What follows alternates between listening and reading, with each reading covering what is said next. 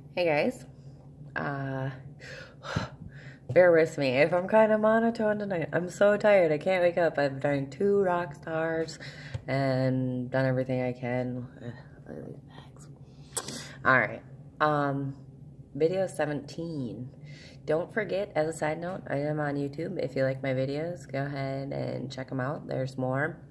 Just search my name, like and subscribe. Tonight's topic is one that's a big roadblock for a lot of progress in life, maintaining sobriety or just making any sort of positive steps in the right direction. And that's the topic of shame and guilt. So, the topic came up the other day in treatment, and it spawned what I felt was a surprising amount of feedback from others in the group. I mean, I shouldn't have been surprised because, like, it's normal to feel bad for poor decisions, but, and it's normal to see in addiction or poor past behaviors and decisions. But the reason I was surprised, I guess, is because I don't subscribe to it. I don't see the point in regretting anything because no matter what good or bad has happened, something good or bad will come out of it. A lesson. And that's where I think it should end. I don't think it should be carried around with you like a burden. So we all have the should've, could've, would'ves that we suffer from. Well, what's the point of those? What's the point of beating yourself up over what you did in the past? Can you go back in time and change it? I always say my time machine's broken. Like, whenever somebody wants to throw something in my face, it's like, well, I can't change what has happened. I can only change what I do from here on out. Is there an actual reason to face yourself with these unchangeable hypotheticals? Or would it make more sense to be like, all right, this decision led to this. Obviously, this choice was a poor one, and learn from it. Like, if you live in the past and reflect on what you did do and beat yourself up over that and think about what you should have done there rather than apply it to your current life, you're literally planning for something that's never going to happen. So, and if there's stuff that you can't get over, you can look for ways to rectify that. How can I fix it? How can I make myself feel better? How can I make it up to me or the other person or whoever was involved? Because guilt destroys the psyche quicker than most feelings. And making the same decisions, instead of learning from them or dwelling on what you did wrong, it'll enhance self-shame, it'll eat away at your self-esteem, your self-worth, and that's not going to get you anywhere. So with my situation, for instance, is an example I will use, my kids being taken because of drug use, and me seeing them sad because they want to be with mom, and I can't change anything about that right now. I could so easily let guilt rip me apart. Like, why did I mess up like that? Why did I do this? Well, being upset I made those choices that led me to the circumstances will not change what happened in any way, shape, or form. And there'd be absolutely no reason for me to sit and say, well, I wish I would have done this, and I hate myself for doing this.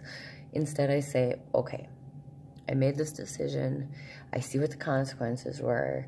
What can I do to fix it or make it better? So reminding myself there's nothing I can do to change what has been, only control over what will be. So maybe I don't have control over what ultimately will result, but I can ask myself, what's my goal? What am I guilty about? Well, I feel guilty for hurting my kids' feelings. I feel guilty for putting them in this circumstance of change and confusion. They're going to be sad, that mom messed up. But if I let the guilt take over, I could easily just, say, fuck this, and relapse and lose them completely and not be able to even see them. Or I can say, okay, I accept that I'm my current actions and my future actions, and show them that even when you mess up, take the course of best action and don't make the same mistake again, and so then I can be there for them in every way possible. And, you know, they'll see that I did try, and that makes me feel at least a little better that I can teach them that and not make it worse than it needs to be. So moving on to other examples, say you feel guilty for lying or cheating or stealing. Well, nobody's perfect, and I don't know many people who do condone these actions, but if it's something you can't chalk up to a past mistake and it just really bothers you and festers in your mind, figure out a way to fix it. Accountability is like one of the biggest remedies for guilt. Like, all right, I messed up. I'm not perfect. Nobody's perfect. Acknowledge it and think of how to make it up to someone. Say you steal $100 from somebody, whatever, and you disappear. Do you think that person is going to be more inclined to forgive you if you show back up and apologize and pay them back? And are you going to feel better about it then? Or are they going to, are you going to still feel guilty if years pass by, you don't talk to that person, you don't do anything to make it right? Then that guilt's going to follow you around, because I think we all know that we all make mistakes, and it's a lot more forgivable when you do take that accountability and you do try to make it right. So a pattern I've noticed too in the past of how guilt presents itself is sometimes if you're, so it's two people in a relationship, okay, and somebody starts like messing around behind the other person's back. So that person will start to like nitpick what the other person does and lash out at them for no reason, like get mad at them for whatever, and the other person's sitting there like all confused, like, what did I do? Why is this person hating on me? Well, it's because that person is not actually mad about what their partner is doing. They're trying to rationalize their poor behavior because the guilt is like eating away at them. And so if you pick apart the other person's actions and get mad at them for other things, then in their mind they can say, okay, I don't have to feel guilty because this is why I'm doing it, because they're shitty in this way, or I don't have to feel bad because, this relationship obviously isn't good because they're doing this anyway. It's all trying to escape that guilt because it's super uncomfortable for us to feel that. The error, though, in that thinking is that you're trying to project your error in judgment as another person's fault to try to escape the guilt, because you know in your own mind what's right and what's wrong, no matter what your actions are.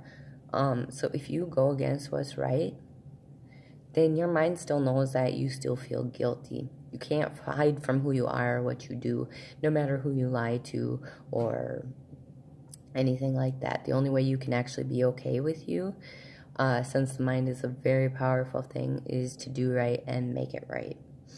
I don't care if you fess up or alter your behavior to whoever you're doing wrong. Nothing will ever improve if you don't act within the set of moral principles that are in your mind, in your heart, that you know is correct. You can't lie to yourself. And so anyway, guilt for past actions, it only keeps you in the past. It traps you in this kind of prison of misery, and it makes it more likely for you to damage the relationships with the people you care about, falter in sobriety because, you're depressed or sad, or even mad at yourself or others because you're maybe not being accountable and you're blaming everything else, because it makes you care less for yourself, because with guilt, what's happening is you're judging yourself. If you think about it, it's kind of arrogant because you're saying you should have been the only person on this planet to have never made a mistake. You're saying you should have been born omniscient and not had to do what every other person has had to do and learn by experience and circumstance. Nobody is perfect. Not me, not you. We've all fucked up. We will fuck up. It's the human condition. Give yourself a break. So just understand that the past is the past. but you have a chance to make it right. As long as you have time and free will, you have the option to make amends with yourself and others, and accountability and acceptance for what you have done is going to be the only way to not be walking around with this dark cloud hanging over you. You aren't going to be able to change what has happened. The past is irrelevant. But you can definitely make it a learning experience, and dark times can help you appreciate the good when you make amends or better decisions. So you are the sum total of your actions. So right now, though, not what you did 5 years ago. That's not who you are. Who you are is what you're doing right now, what you're doing today, what you're doing tomorrow. You still have control over that, and that's the only thing you have control over. So do what you think is right, and you'll grow as a person, and your life will improve. Your interpersonal relationships will enhance in quality. Your sobriety will solidify because you feel good about making the right choices and having the knowledge that you did something that a lot of people don't. And that's to take responsibility and be better as a person and make better choices. It doesn't matter what you've done. It matters what you do. Let go of the guilt and accept we all make mistakes. Once again, thanks for watching. I appreciate the support. Have a good night.